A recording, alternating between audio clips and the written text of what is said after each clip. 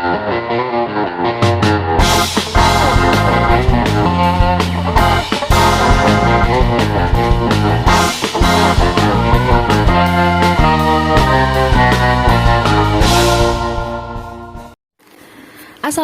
warahmatullahi wabarakatuh. Selamat pagi, selamat siang, selamat sore, selamat malam. Selamat datang dan selamat datang kembali untuk teman-teman yang sudah mendengarkan podcast kami dari awal episode sampai sekarang ini. Dan buat yang baru banget join nih, baru dengerin, hai, selamat datang dan selamat mendengarkan. Enjoy this podcast. Jadi teman-teman, kali ini merupakan podcast Proyek Kebangsaan dari kelompok 13 episode ketiga yang bakal bahas nih lebih dalam mengenai penegakan hukum dan HAM.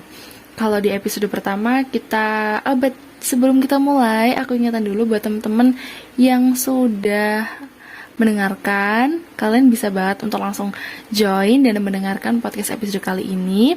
Dan buat teman-teman yang belum mendengarkan nih episode sebelumnya, aku saranin buat kalian dengerin dulu ya, karena di sini untuk kaitannya dari episode pertama, kedua sampai ketiga kali ini sangat berkaitan erat gitu ya teman-teman.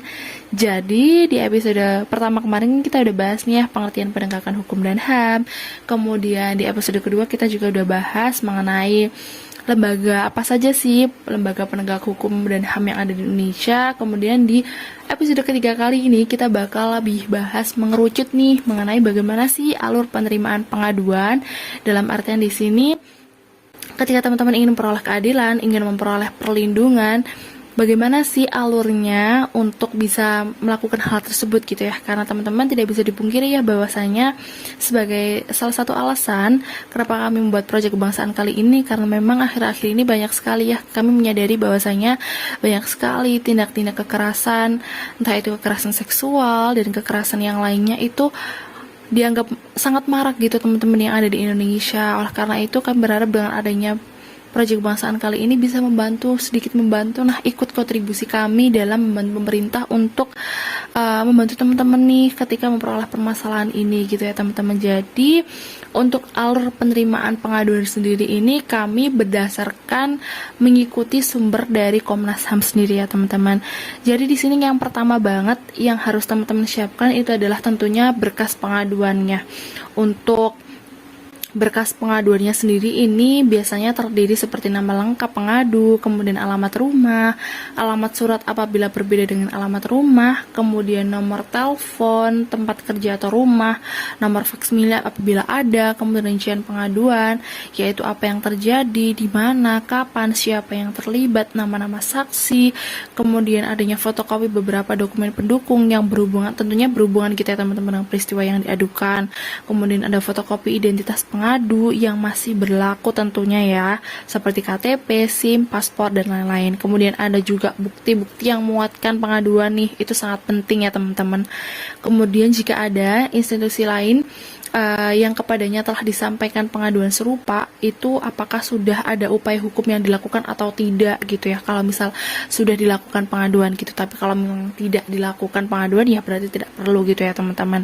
Nah untuk pengirimannya sendiri teman-teman di sini itu ada beberapa pilihan, ada datang secara langsung, melalui email, website, audiensi, proaktif, pos atau cetak gitu ya teman-teman. Nah untuk diantar langsung itu ya tentunya teman daftar langsung atau datang langsung nih ke Komnas HAM. Terus kemudian kalau misal dikirim melalui jasa pos atau kurir juga bisa. Kalau misal melalui faksmili juga bisa dikirim ke nomor 021392527 atau dikirim melalui email ke pengaduan@komnasham.go.id gitu ya teman-teman.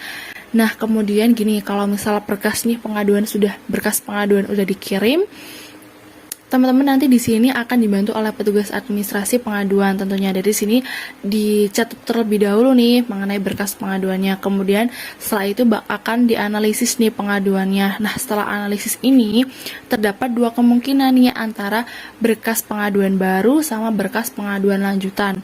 Untuk berkas pengaduan baru ini dibagi menjadi dua lagi teman-teman, yaitu ada berkasnya karena tidak lengkap atau berkasnya tidak terdapat unsur pelanggaran HAM, atau kalau misal berkasnya lengkap dan terdapat unsur pelanggaran HAM gitu ya teman-teman. Itu kalau misal ada berkas pengaduan baru.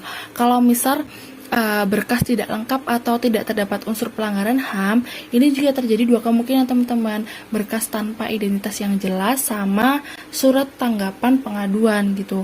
Kalau misal dua-duanya ini menjadi salah satu alasan nih, itu nanti akan masuk yang namanya di arsiparis pengaduan. Nah, setelah di arsiparis pengaduan ini nanti akan divalidasi oleh Kabak atau Kasubag. Kabak itu kepala bagian ataupun Kasubag itu kepala subbagian, yang dimana nanti itu ada langsung masuk di arsip ataupun nanti itu di komisioner dulu teman-teman, nanti baru di arsip. Sedangkan tadi yang kalau misal berkasnya itu lengkap dan terdapat unsur pelanggaran HAM, itu nanti akan masuk di arsiparis pengaduan, kemudian nanti tentunya divalidasi lagi nih teman-teman oleh kepala bagian atau kepala subbagian. Terus kemudian nanti berkasnya didistribusi dan dilakukan pembentukan atau ADHOC, kemudian dilakukan mediasi dan pemantauan. Sedangkan tadi kalau misal berkasnya pengaduan lanjutan, dalam artian terdapat berkas pengaduan lanjutan, itu nanti langsung masuk di arsiparis pengaduan, terus kemudian nanti berkasnya digabungkan nih teman-teman, terus kemudian kalau sudah bakal dibentuklah tim pembentukan atau tim bentukan ADHOC, kemudian dilakukan mediasi dan pemantauan. Nah itu tadi itu alur dari pengaduan ke Komnas HAM gitu, atau penerimaan pengaduan gitu ya teman-teman, nanti akan diproses oleh Komnas HAM. Jadi teman-teman di sini juga Komnas HAM tidak langsung menerima setiap pengaduan gitu ya. Di sini dianalisis terlebih dahulu bagaimana memang ini peristiwanya berkaitan atau tidak, dalam artian peristiwanya benar-benar secara logika itu terlihat benar atau tidak, seperti itu. Jadi harus sangat penting untuk dianalisis dan diteliti lebih lanjut. Oleh karena itu biasanya memang sedikit lama kalau misal ada pengaduan kasus seperti ini, apalagi kalau misal pengaduannya cukup berat gitu ya teman-teman. Nah, mungkin dari episode pertama sampai ketiga kali ini tuh semoga bisa membantu teman-teman semuanya, dan di episode ketiga kali ini semoga bisa menjadi salah satu membantu teman-teman untuk yang sedang membutuhkan informasi nih mengenai bagaimana untuk memperoleh perlindungan gitu ya teman-teman. Dan terima kasih banyak yang sudah mendengarkan dan menonton dari episode awal sampai akhir kali ini. Terima kasih banyak, semoga bisa membantu teman-teman dan bisa memberikan manfaat untuk teman-teman sekalian yang mendengarkan dan menonton podcast kali ini. Terima kasih semuanya. See you on the next project, dan terima kasih sekali lagi. Wassalamualaikum warahmatullahi wabarakatuh.